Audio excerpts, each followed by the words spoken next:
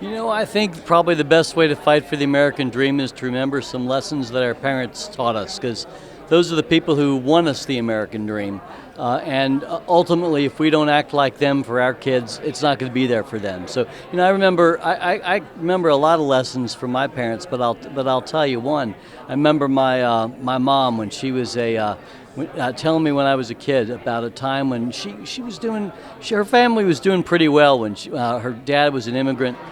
Came to this country and was doing really well. The Great Depression hit. He lost his business. They lost everything. He was sweeping floors. And one day she goes into her house, into the kitchen. She opens up the refrigerator, and she says to her mom, "Mommy, I'm hungry." And her mom said to her with tears in her eyes, she said, "We have nothing for you to eat, sweetie."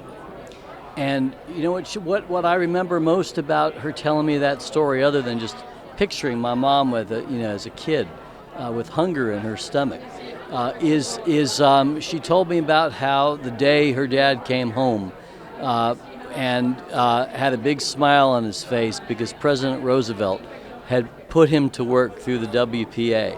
And he didn't care what kind of work it was. He cared that he was taking care of his family again. And ever since then, there was no question in her mind about, do you cut budgets so that you can give money back to millionaires? And there's never been a question in my mind ever since either. And I'll tell you, I remember in my own life as a kid about a time when we had the same kind of downward mobility, where my dad became disabled when I was about 12 years old.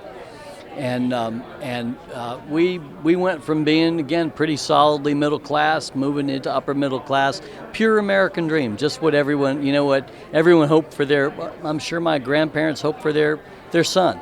But he became disabled, and we were living on my mother's $8,000 a year teacher salary.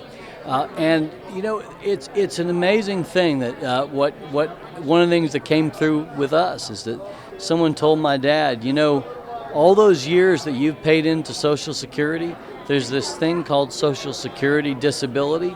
Do you know what that extra $4,000 a year did for us? The difference that made for us?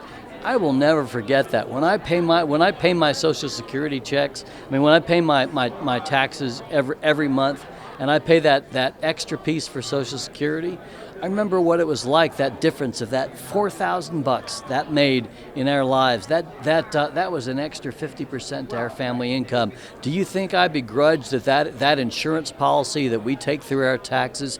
Hell no. And I'd be happy to pay. You take off that cap because I'm making over $106,000 now.